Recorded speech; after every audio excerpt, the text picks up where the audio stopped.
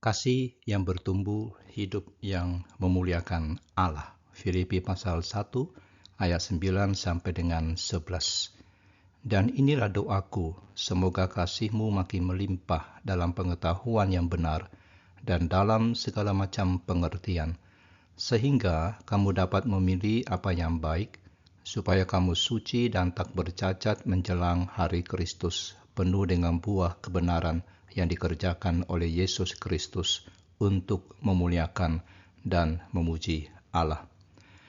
Saudara Paulus kepada jemaat Filipi dipenuhi dengan ucapan syukur dan sukacita, meskipun ia sendiri sedang berada di dalam penjara. Di tengah situasi yang sulit, Paulus justru mendoakan hal-hal yang luar biasa bagi jemaat yang ia kasihi. Mari kita merenungkan doa Paulus di Filipi pasal 1 ayat 9 sampai 11 ini dan menemukan makna yang mendalam yang relevan bagi kehidupan kita saat ini. Yang pertama, kasih yang melimpah berakar pada pengetahuan. Paulus merindukan agar kasih jemaat Filipi semakin berlimpah. Kasih yang ia maksud bukanlah sekedar perasaan, melainkan kasih agape. Kasih Allah yang rela berkorban dan bertindak demi kebaikan orang lain. Kasih ini harus terus bertumbuh seperti sungai yang mengalir tanpa henti membasahi dan menyegarkan siapapun yang dilewatinya. Tetapi kasih yang sejati tidak tumbuh dalam kehampaan. Paulus mengaitkannya dengan pengetahuan dan wawasan moral. Pengetahuan di sini bukanlah sekedar informasi tentang Allah, melainkan pengenalan yang dalam atau intim akan pribadi dan kehendak Allah. Semakin kita mengenal Allah, semakin kita memahami kasih-Nya yang tak terbatas, dan semakin besar pula kapasitas kita untuk mengasihi. Yang kedua, kebijaksanaan dalam memilih yang terbaik. Pengetahuan dan wawasan moral memampukan kita untuk memilah yang terbaik. Ayat 10, dalam kehidupan yang penuh pilihan dan godaan ini, kita membutuhkan hikmat untuk membedakan mana yang benar-benar penting dan bernilai kekal.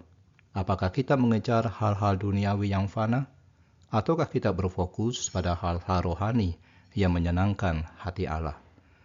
Nah, Paulus merindukan agar jemaat Filipi hidup murni dan tak bercelah. Kemurnian hati berarti ketulusan dan keikhlasan dalam motivasi kita.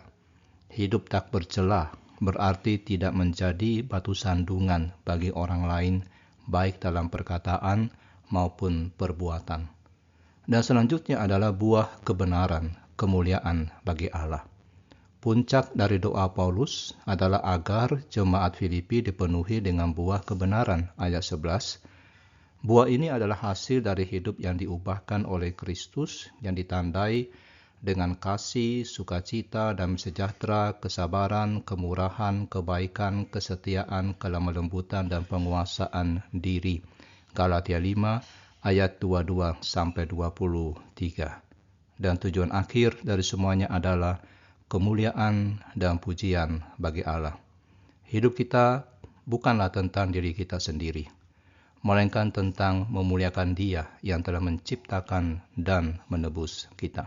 Dan sebagai refleksi, apakah kasih saya terus bertumbuh? Ataukah saya terjebak dalam zona nyaman? Apakah saya sungguh-sungguh mencari pengenalan akan Allah melalui firman dan doa? Apakah saya bijaksana dalam memilih prioritas hidup saya? Apakah hidup saya mencerminkan kemurnian hati dan integritas? Apakah saya berbuah kebenaran yang memuliakan Allah? Saudara, mari kita belajar dari doa Paulus dan berkomitmen untuk hidup dalam kasih yang bertumbuh, kebijaksanaan yang membimbing, dan kebenaran yang memuliakan Allah. Dan kiranya hidup kita menjadi sebuah persembahan yang harum bagi Tuhan. Mari kita berdoa.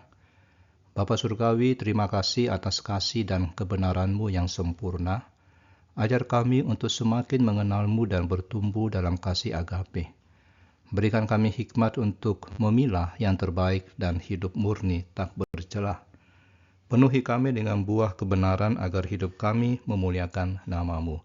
Di dalam nama Tuhan Yesus kami berdoa. Amin.